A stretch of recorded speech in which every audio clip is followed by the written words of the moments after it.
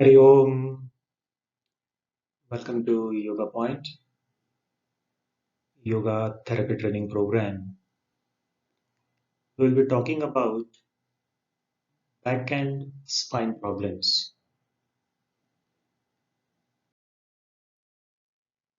Now, usually, many people they suffer from back pain, backache, and it's quite common for many people to have back pain sometime during their lifespan. So, usually, this back pain is most common seen in between the ages of 35 to 55 years.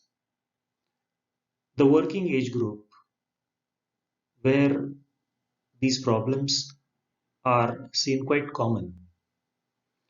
Now, as far as the ratio is concerned about the back pain, it's equally seen in men and women, especially the working when men and women, the ratio would be more or less the same. Also, some factors like smoking, they can increase the incidence of back pain because it is a common observation that usually smokers they have problems related with back pain or they even have problems related with bones. Say for example osteoporosis. It's very common in smokers. So it is one of the risk factors for developing back pain. It also depends on your profession, the way you are working, how you are working. Maybe standing for long hours or maybe lifting some heavy objects. Lifting and pushing some heavy objects can cause severe back pain, or it can be even twisting. Either you're standing and twisting too much, or you're sitting and twisting too much. It can increase the risk of developing back pain. Simple things like driving. It can also be one of the reasons for severe back pain. The way you are sitting in your driving car, driving seat, and the position of your hands, the position of your legs, which may remain the same for long hours. Like within cities, nowadays we drive for maybe a couple of hours in a day. So this can also increase the risk of developing back pain. So these are some of the factors which can be the reasons which can be affecting, which can be developing the back pain, common factors which can develop back pain.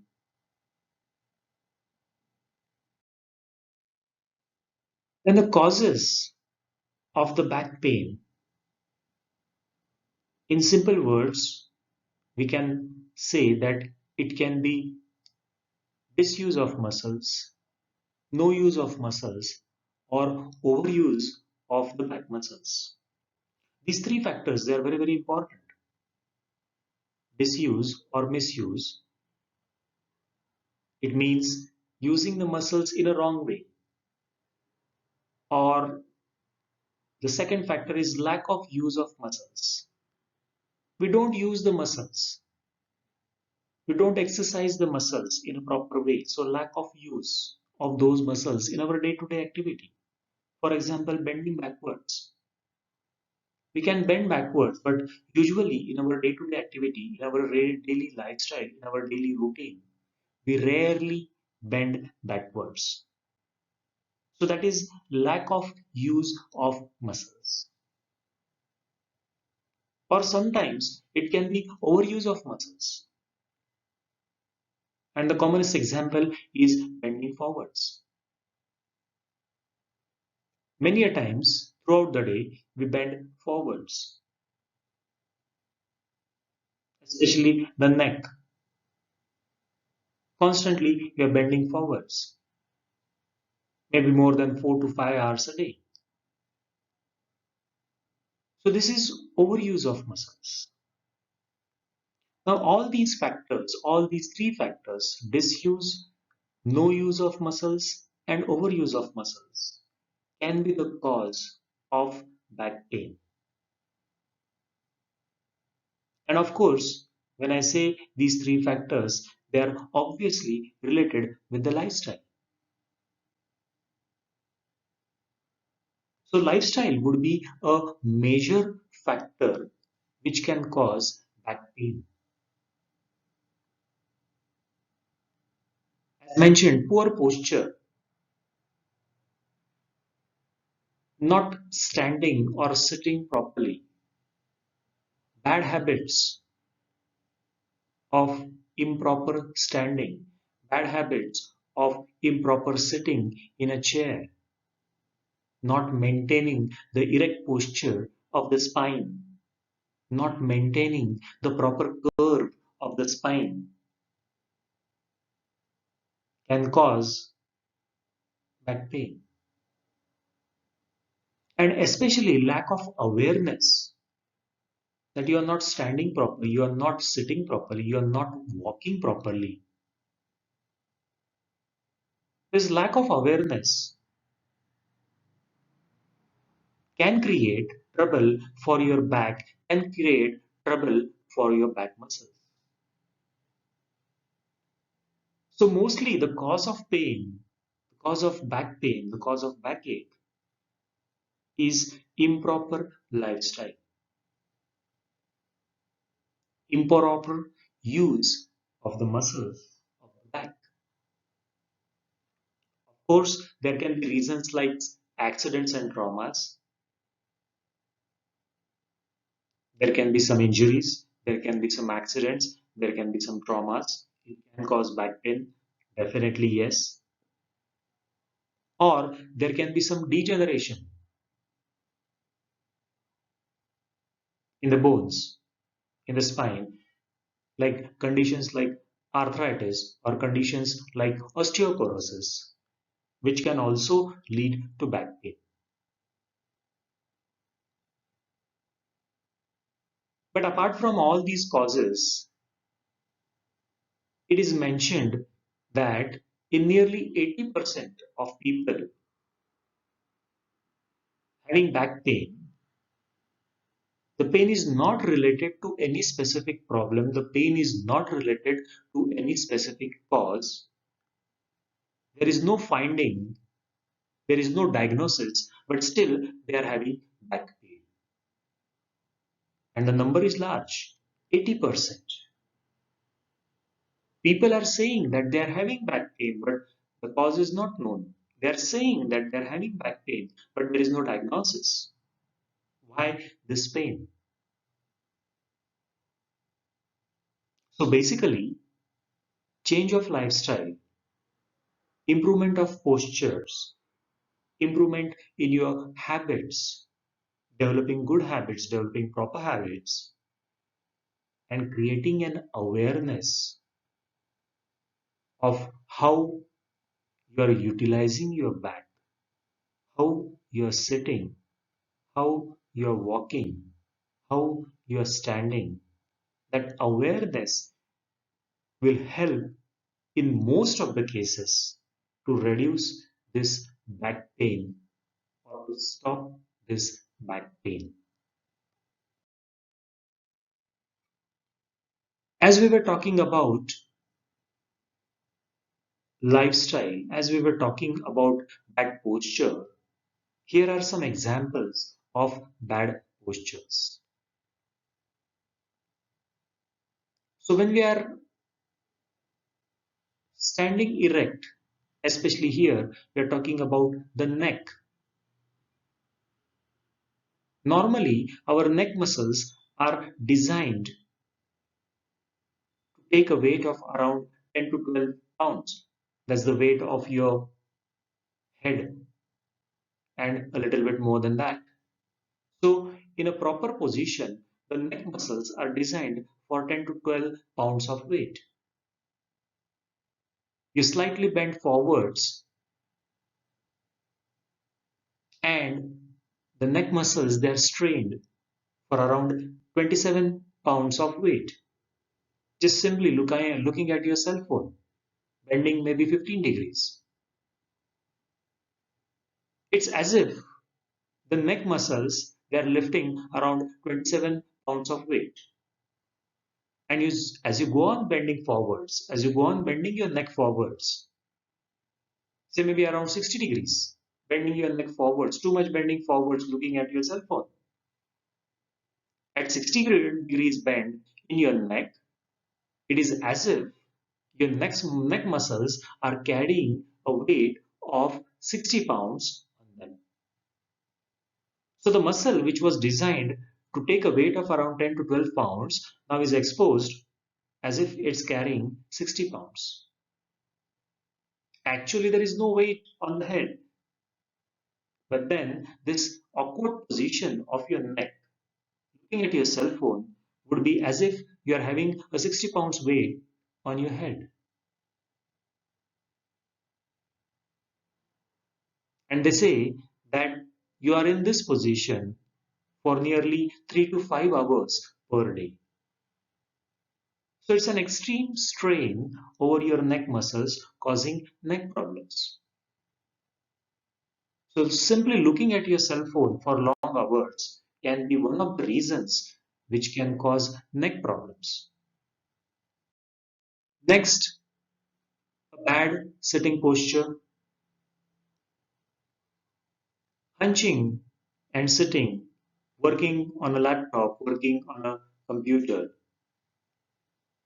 It would be bad for many parts of your body. It would be bad for your neck. It would be even bad for your hips, your lower back. It would be even bad for your legs, your hamstrings. Hamstring muscles, they will be shortened. There can be pain even in the hamstrings. So bad sitting posture is not only bad for your back, for your neck, it is also bad for your legs, your hamstrings. And at the same time, because of the position of the shoulders, the chest will be closed. It would not be opened up chest, it would be slightly closed up, and then it can cause breathing problems. So while sitting, it's very, very important that you sit properly in an erect posture.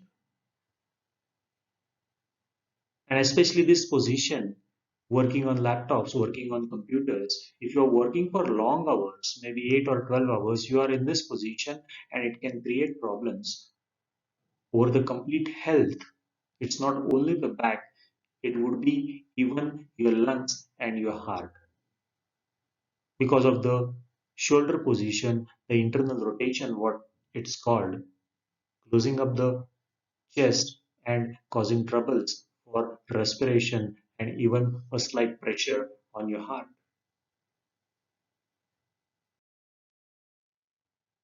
Of course, definitely a sitting bad posture, hunching and sitting would have a maximum effect on your lower back.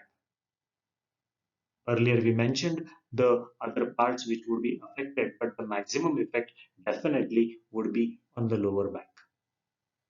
So sitting erect is very, very important to avoid back pain. Also, if you are using an armrest, it's very, very important that the armrest is not too low or it's not too high.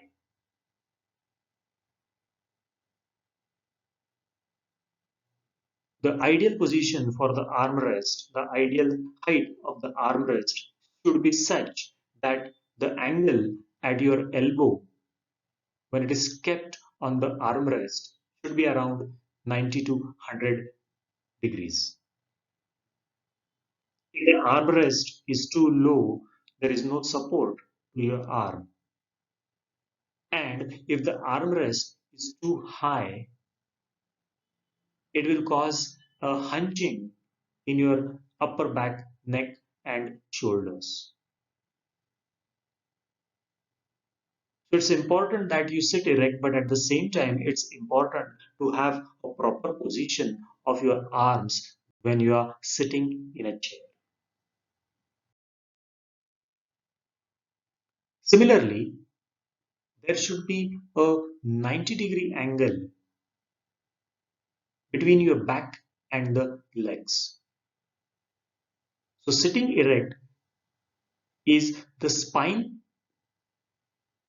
the back should be erect, but at the same time, your thigh, your upper legs from your pelvis to the knee, they should be parallel to the ground, which makes a 90-degree angle at the pelvis.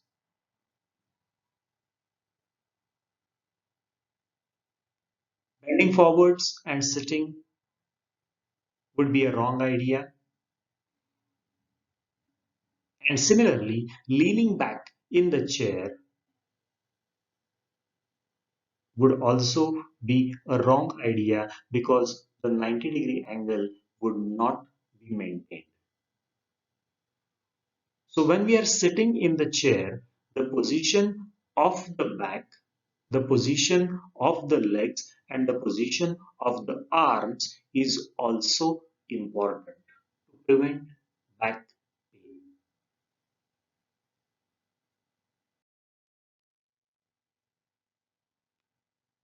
Furthermore, simple things like carrying a bag can be troublesome. When you're carrying a bag on your back, the weight of the bag should be equally distributed on the left and right side. So it is recommended that you use a bag with two straps over both of your shoulders, left and right. If you're carrying messenger bags, if you're carrying sling bags, which are hanging over one shoulder, over a period of time, it can develop abnormal curve in your backbone, abnormal curve in your spine, which is a major reason for back pain. So the way you carry the weight on your back is also very, very important.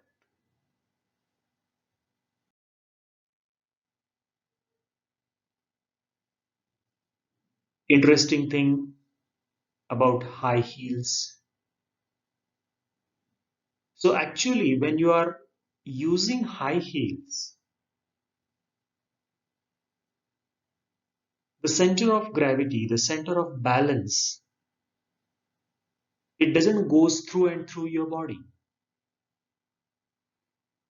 The higher the heels, the more there would be hip flexion and flexion at the knee. So as you can see here, the balancing line, it doesn't goes through the knees, which can cause problem for your knee, which can cause problem for your lower back. So higher the heels, more the flexion at the hip, more the flexion at the knees.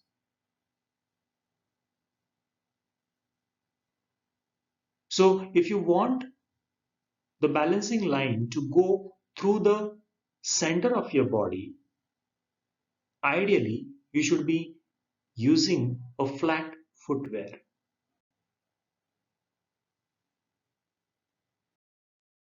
Furthermore, apart from the knee, apart from the lower back, the high heels would also have an effect over your ankle and over the toes.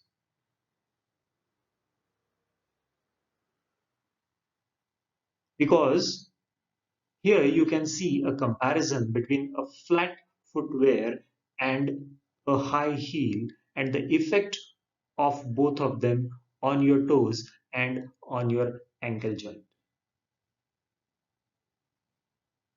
So actually, high heels would create lower back pain. It would create problems with the hips. It would create problems with the knee joint and also with the ankle joints.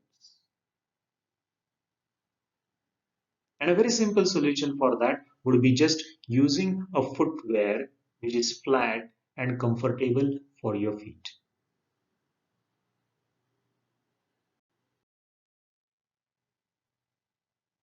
The standing position is also very important.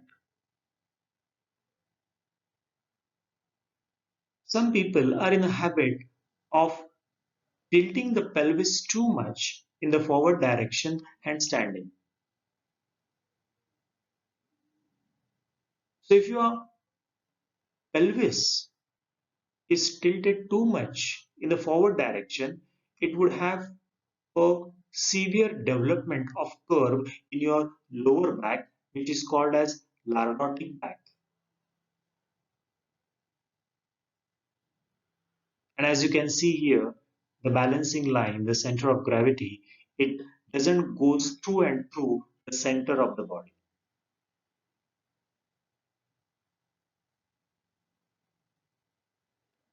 Also, there would be some people who tilt the pelvis a bit backwards and stand. It's called as a flat back. So even in this flat back, the balancing, the gravity line is not through the center.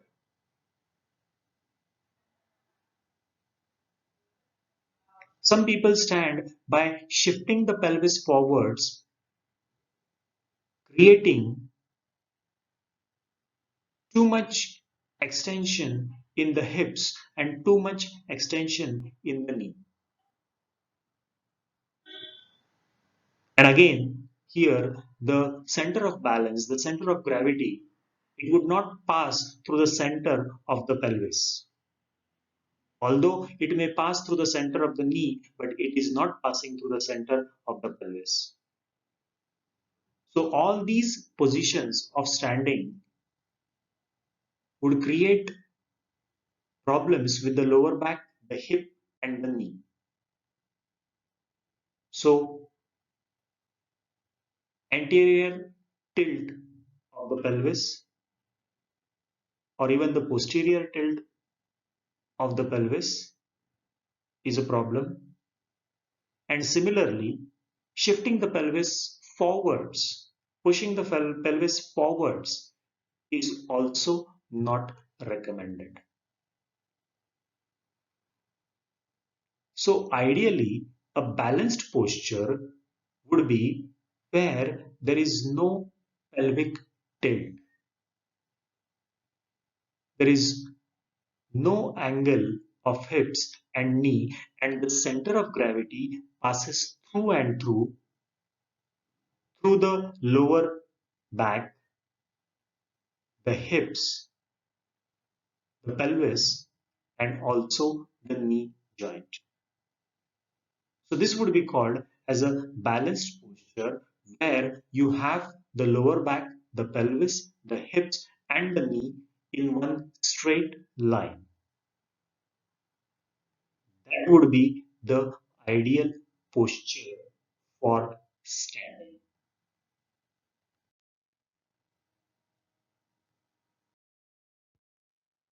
So from all this discussion, it's quite obvious that muscles play an important role in supporting our back, in supporting our backbone. Now, these muscles of the back, broadly, we can divide them for our understanding into two different types. As far as supporting the back is concerned, there would be a group of muscles which we can call them as long muscles, strong muscles, the bigger muscles of our back. So these are the muscles which would support the complete back from the neck the thorax or the chest part, and the lumbar part. So these are the strong muscles. These are longer muscles. And apart from this one group of muscles, there is another group of muscles which we can call as localized group of muscles. They are very short muscles. They are smaller muscles, comparatively smaller muscles, and they are situated in a very particular part of our back. So this smaller group of muscles, they would be localized maybe in the neck, maybe in the lumbar area, in smaller parts of our back.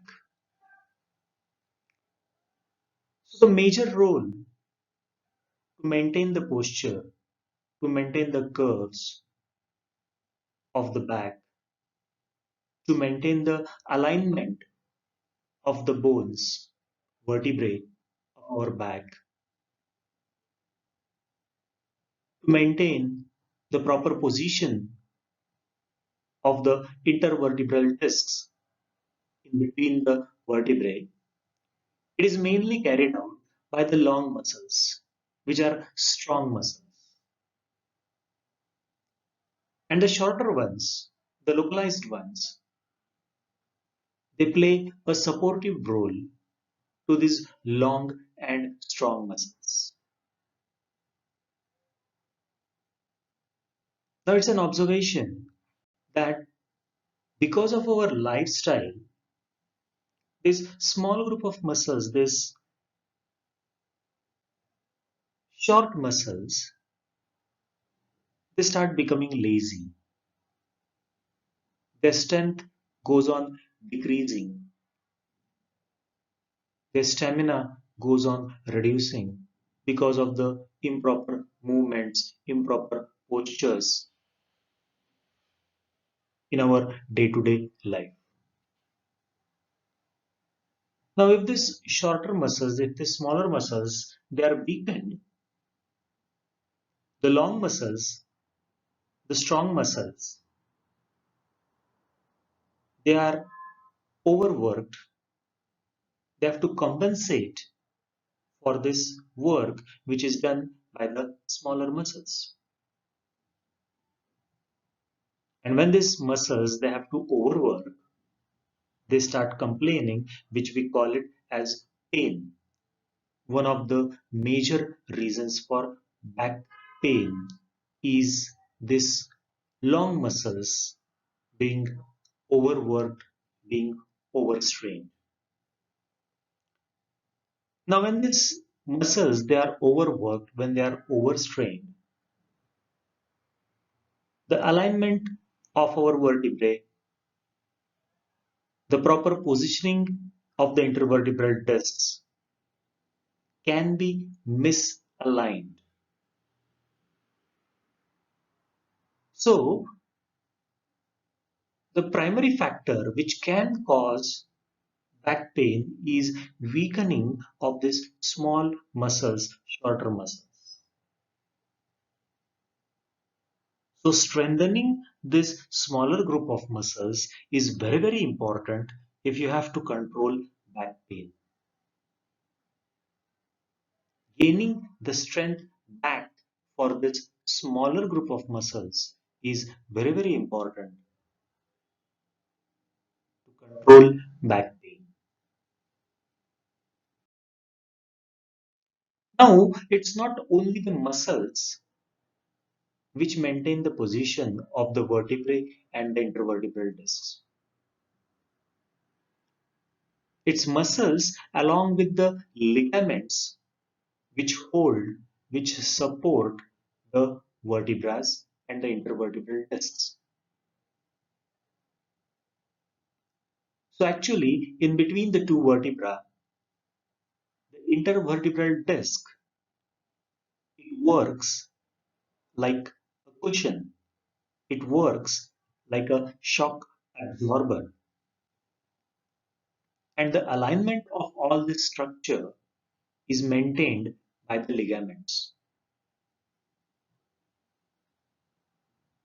Now, ligaments primarily the function is to hold the joint in position.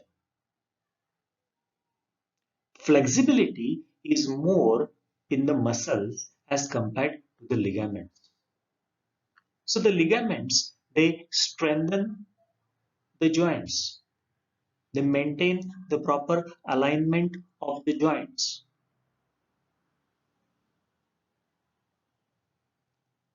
And they give stability to the joints. As mentioned, flexibility is the function of the muscles and stability is the function of the ligaments. And as far as back is concerned, another important structure is the nerves which go through and through as the spinal cord. And then the spinal cord at each level of the vertebra, it has two nerves, one coming out on the left side and one coming out of the right. So there is a foramen, there is a hole through which this spinal cord, it runs from top to bottom, and in between the vertebrae, the nerve roots, the nerves, they come out one each on both the sides of our body. So overall, all this structure, alignment of this structure is maintained properly by the muscles and the ligaments of our back. So if we try to understand what causes, or rather what are the sources of pain in our back, there can be four sources of pain in our back. The first source of the pain would be the bone themselves, the vertebrae. If the vertebrae they are locked, or if the vertebrae they move out of their position, or if there is an erosion of the vertebrae, the erosion of the bone, it would cause misalignment, creating maybe a pressure on the spinal cord or the nerves. So one of the source of pain in back pain can be the bones themselves. We already mentioned about the ligaments and muscles. They are the supportive tissue. They are the tissues, they are the parts which would make the backbone flexible and at the same time stable.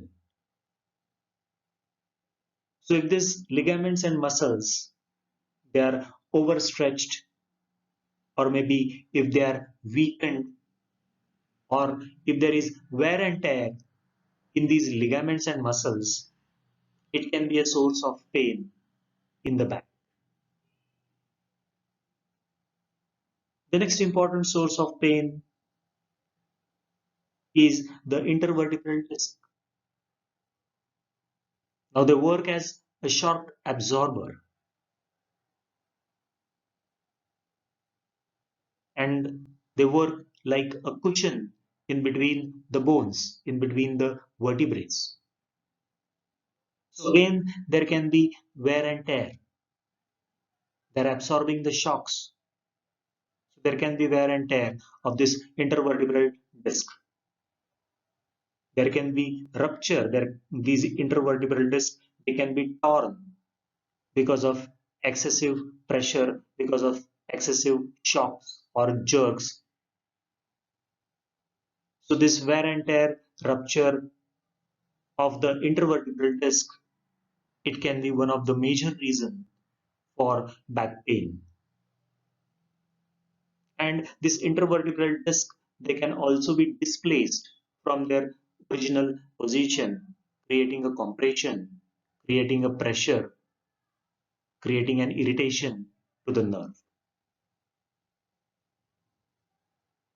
Now, all these factors, like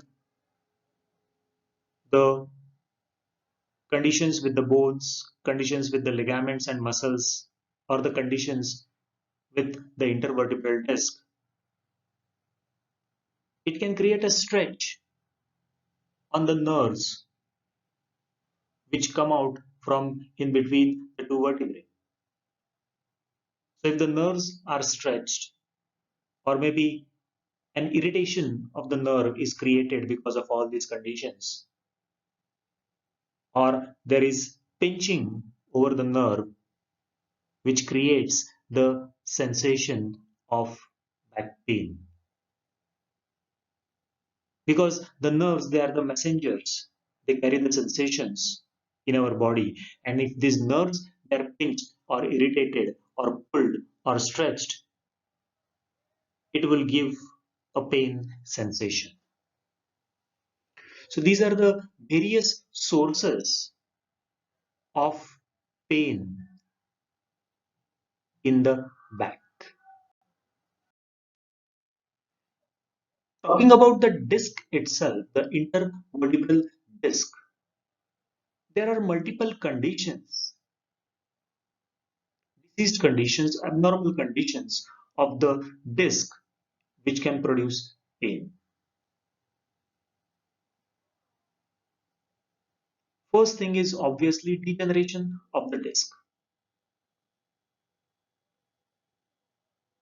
Because of wear and tear of the disc, because of the aging process, this disc, it can degenerate, or there can be even thinning of the disc. The disc can become thin or it can degenerate, which will reduce the distance between the two vertebrae, and it will create a pressure on the nerves. In some cases, there can be even the bulging of the disc. It can bulge out of its position. The reason can be anything, like a jerk, for example. The disc bulges out, it is misplaced, it is displaced from its original position, and it causes a compression of the nerve. Traumas and accidents can cause this, or lifting the weight in a improper manner can cause this. And similarly, the disc can also herniate and create a pressure over the nerves. So there would be multiple conditions of the intervertebral disc, abnormal conditions of the intervertebral disc, which can create problem, which can be a cause of back pain. So it can be the degeneration of the disc, it can be the bulging of the disc, or even a serious condition like herniating the disc, or just simple thing like the thinning of the disc because of aging process. So all these conditions of the disc can be a source of pain in the back.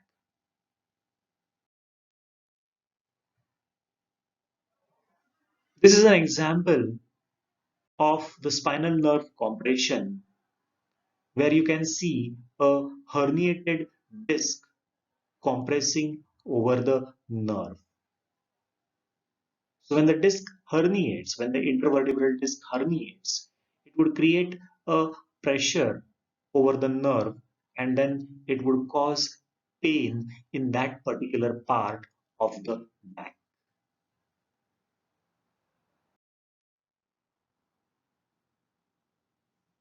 Now these are the conditions which are related with the alignment of the backbones. Usually the back is aligned in such a way that it would help in maintaining a proper balance of our body, and at the same time it would help as a good shock absorber.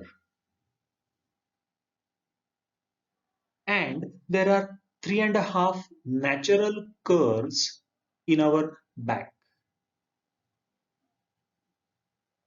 Our back is slightly forwards in the neck region, then it is curved slightly backwards in the thoracic region. Again, it is curved forwards in the lumbar region, and below the lumbar region, in the sacral region, again it's a slight back bend, a back curve. So in the neck and in the lumbar area, it's a forward curve, and in the thoracic area, it's a backward curve along with a slight backward curve in the sacral area. So it's called as 3.5 natural curves, helping to maintain the balance of our body, helping as a good shock absorber.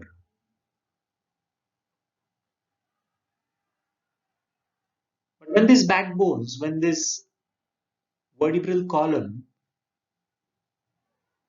it curves either to the left side or the right side, the condition is called as scoliosis. This condition can develop because of simple thing like carrying unequal weight on both the shoulders. This condition can develop by simple thing like improper standing on one leg. This condition can develop by simple things like sitting in the chair and shifting your weight only to the left side or the right side.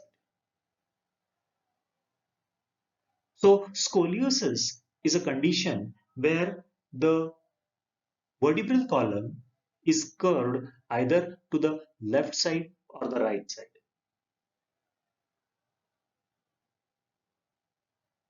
So there can be reasons like improper lifestyle, but at the same times it can be sometimes congenital. Some people can have a mild scoliosis by birth itself, and those people who develop this scoliosis later on in the life, it would be developed over a long period of time. It's not a condition which would develop overnight. And then initially, this condition is definitely reversible unless and until there is no fusion of the vertebrae. As the condition slowly progresses, there would be fusion. Two adjacent vertebrae, they will fuse together, and then this condition can become irreversible. Similarly, there are other conditions like kyphosis and lordosis. Kyphosis is a severe bend in the upper part of the vertebral column, and lordosis is excessive curving of the lumbar spine. Now, apart from improper position, there can be genetic factors, there can be factors that by birth the person may have these conditions of kyphosis or lordosis. Many a times, kyphosis is also an aging process. Osteoporosis can lead to kyphosis. As far as lordosis is concerned, one of the simple causes for lordosis can be during pregnancy. So these abnormal curves in the back, this scoliosis, kyphosis, and lordosis, they can be the source of pain. But as I mentioned earlier, these conditions, they would not develop overnight. It's a long process over a few months to few years. Diagnosing it early and correcting the postural deformities is the main thing in controlling these conditions. So improvement in posture in early stages is the most important thing, is the most important treatment in all these three conditions. And apparently, these conditions in a mild stage are quite common because of improper positions of our spine, improper sitting, improper walking, improper standing. So some people may have it even without any symptoms in the initial stages as a milder version.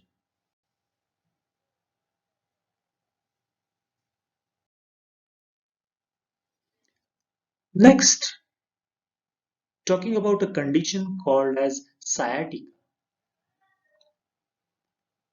Now, actually, this is a compression of the sciatic nerve. This nerve is the nerve which comes out from the lumbar area and it supplies to the leg.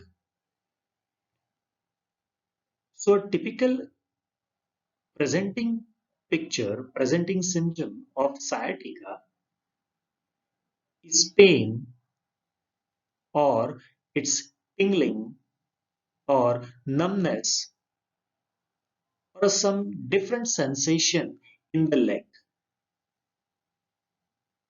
Typically that tingling, the pain, it starts on one side of the lower back, goes down from behind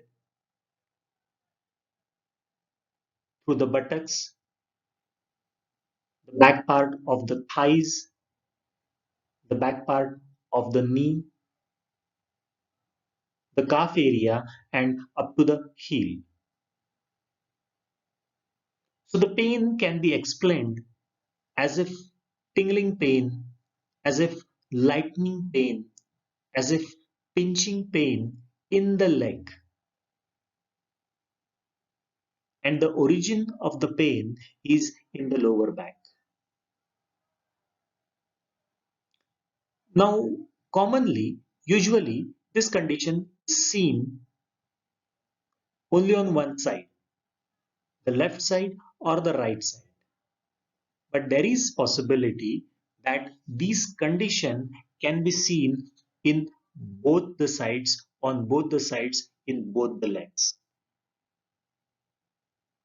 So the presenting symptom would be complain as if there is pain in leg, pain or tingling, lightning from behind the thigh up to the heel.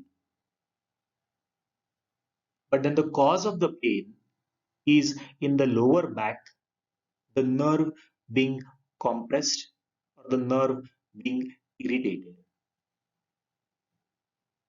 And as mentioned earlier, the reasons for the compression of the nerve, the reason for the irritation of the nerve can be the vertebrae, can be the disc, or it can be the muscles and the ligaments. As far as sciatica is concerned, the most commonest reason is with the bulging of the disc or the herniation of the disc. Improper placement, improper alignment of the disc compressing the sciatic nerve.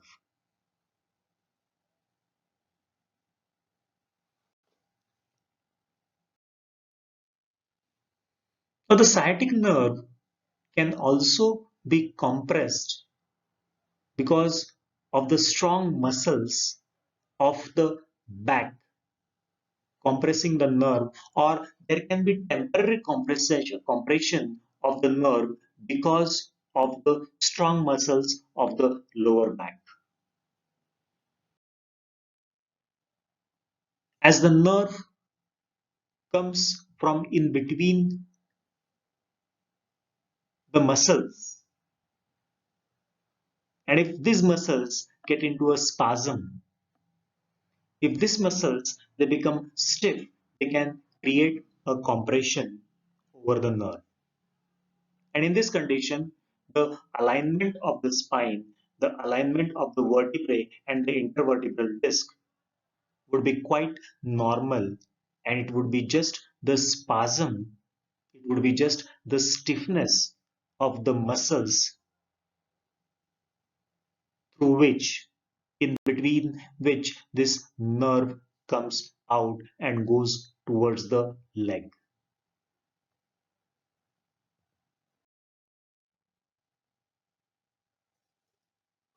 Now, usually,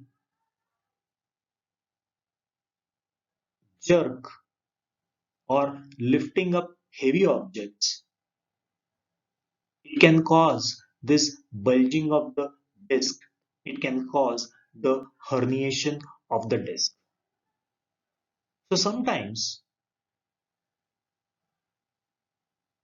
people having slip disc or people having herniated disc give a history of lifting weight with jerk or pushing heavy objects with a jerk, and the pain starts at that particular time. So it's an acute onset of pain, especially lifting weight or pushing weight or twisting very quick and fast or excessive twisting in the lower back. So this is a typical history where the pain starts very acute and then it may continue further.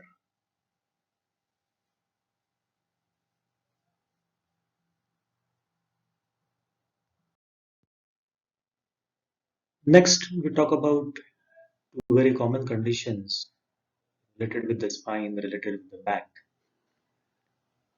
One of them is spondylitis and the other one is spondylosis. Now these two, they are very common, and most of the patients visiting the orthopedic physician, orthopedic surgeon, they have these complaints.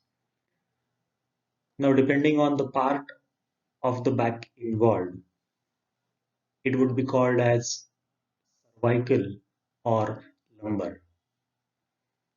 It's but obvious that if it is related with the neck, it would be called as cervical spondylitis or cervical spondylosis.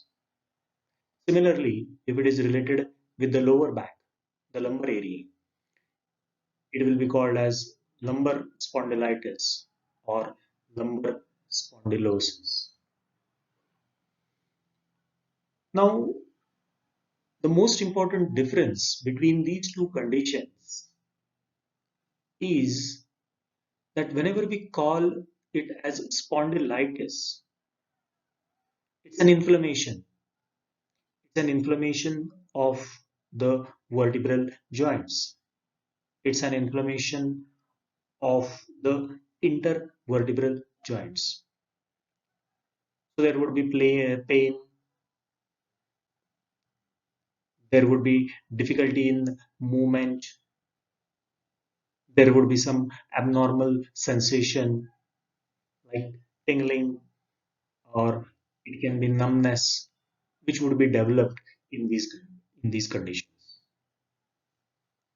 So, in simple words, spondylitis is an inflammation of the vertebral joints.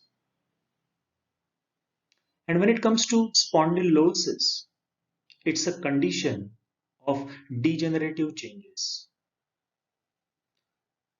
So if there is degeneration of the spine, if there is a degeneration of the bones, if there is a degeneration of the intervertebral disc, developing symptoms like pain, maybe symptoms like paresthesia, symptoms like even difficulty in movement, pain on movement because of degeneration, then it is called as spondylosis.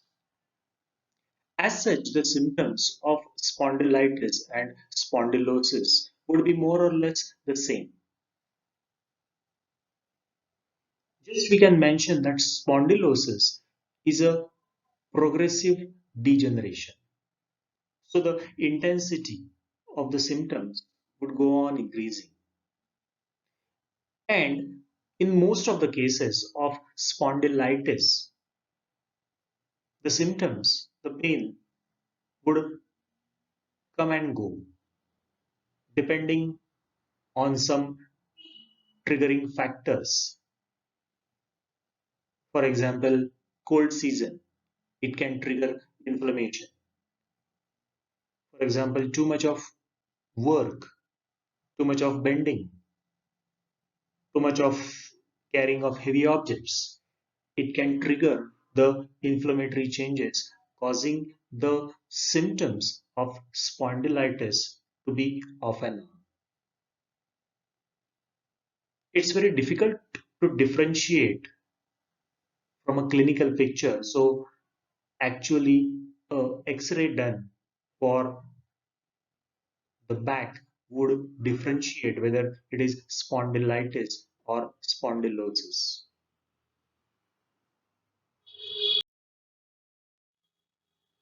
Now, this is just a closer look for the condition of spondylosis. As we mentioned, it is a degeneration either of the bone, or even it can be the degeneration of the intervertebral disc.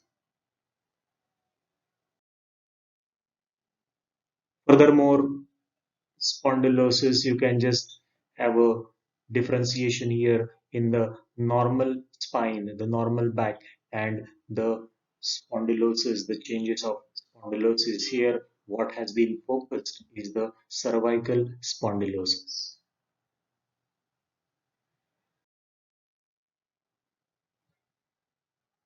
Now sometimes this disc generation, the flattening of the disc, it would be also associated with something which is called as bone spurs or osteophytes.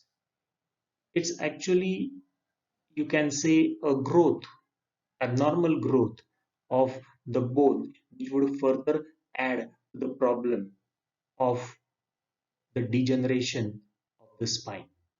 So osteophytes, usually an X-ray, it would show that the osteophytes have developed.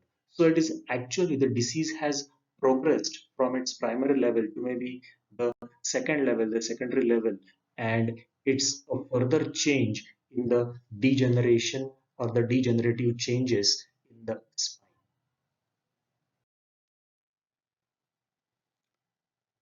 Another important condition is ankylosing spondylitis.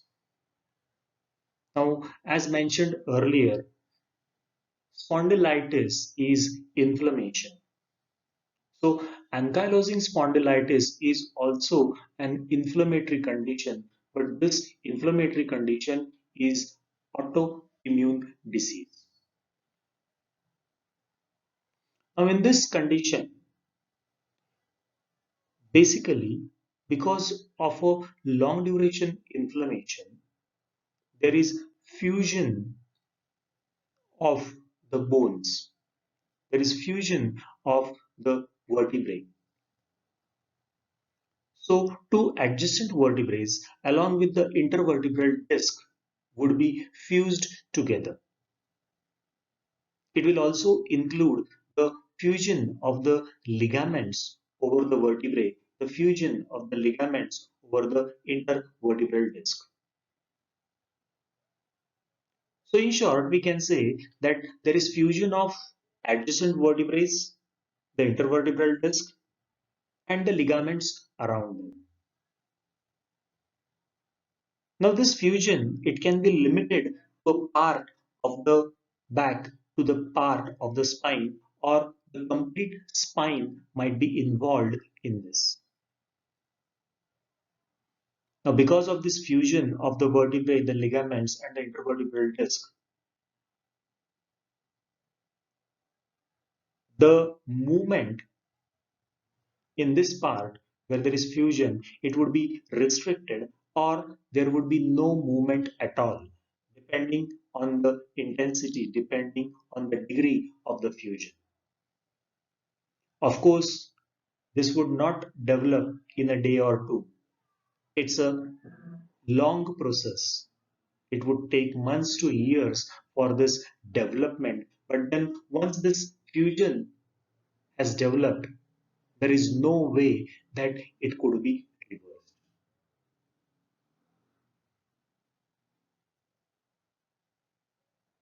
So it's important to detect this condition as early as possible and start the practice of exercising, start the practice of yoga so as to slow down the progress of the disease.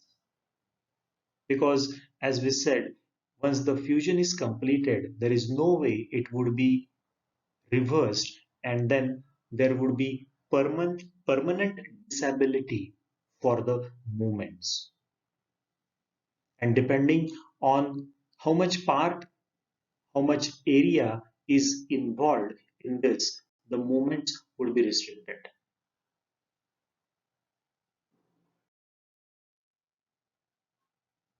Also, one point to be noted in this ankylosing spondylitis is the normal curve of the spine would be lost.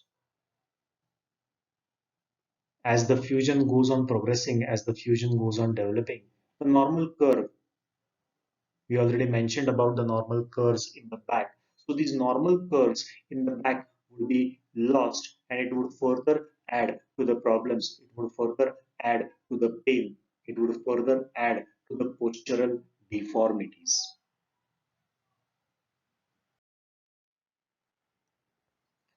Now this is a condition called as spondylolithiasis, actually fracture of the vertebral bone. So actually it's a surgical condition. No exercise, no yoga would be helpful in it. But then sometimes you might hear this word. So just for your understanding, we have mentioned this word, but as such, it would be a limitation for the yogic practices. We should not be practicing any kind of yoga here. This is a closer look at the same condition. Clearly, you can see here that there is a fracture. The bone is broken. So obviously, no yogic practices would be done. So overall, these are the common problems which may develop in the vertebral column, in the spine, in the backbone.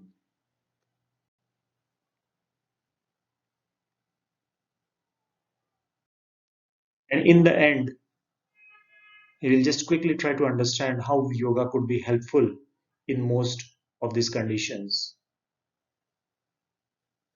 of the back or of the spine. The first thing which yoga would do is relaxation. Is the relaxation of the mind, it's relaxation of the body, it's the relaxation of the muscles. So this relaxation of mind and body, it would help in realigning the spine. Most of the complaints are because of improper alignment, improper posture. So realigning the spine would be the first and the most important thing which would be achieved with various yogic practices. And obviously, when the spine is realigned, there would be improvement in the posture. And improvement in the posture would be further helping to reduce the symptoms, to reduce the complications of the conditions. Yogic practices, yogasana, they would work as a gentle traction, a gentle pull over the muscles, which would be helping in strengthening the muscles, which would be helping in developing the stability of the ligaments.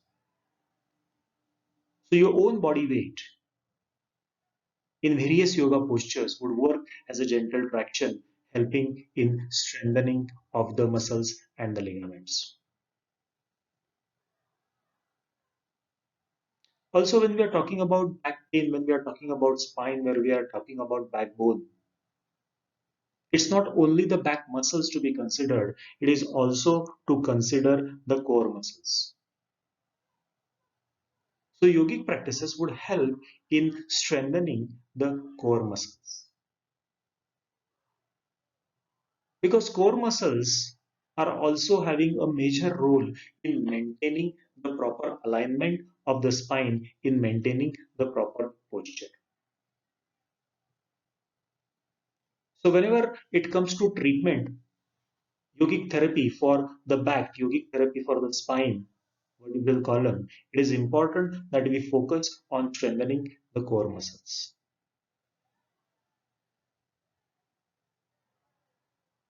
And as previously mentioned, various yogic practices, it would help in strengthening the smaller group of muscles, which will actually help to reduce the workload, to reduce the stress over the larger muscles of the back and create a balance between the work which is done by the smaller group of muscles and the larger muscles. So that is one very important thing, how yoga would help in minimizing the conditions of the back.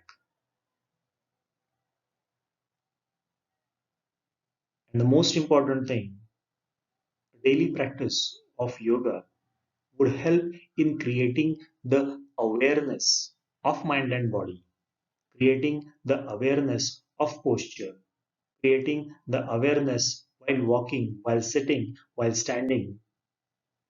And this awareness would greatly help in improving the conditions of the life. This is in brief how yoga would help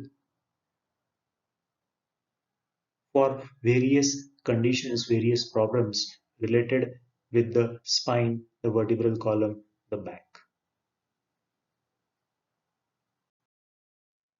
So we stop here. Hari Om.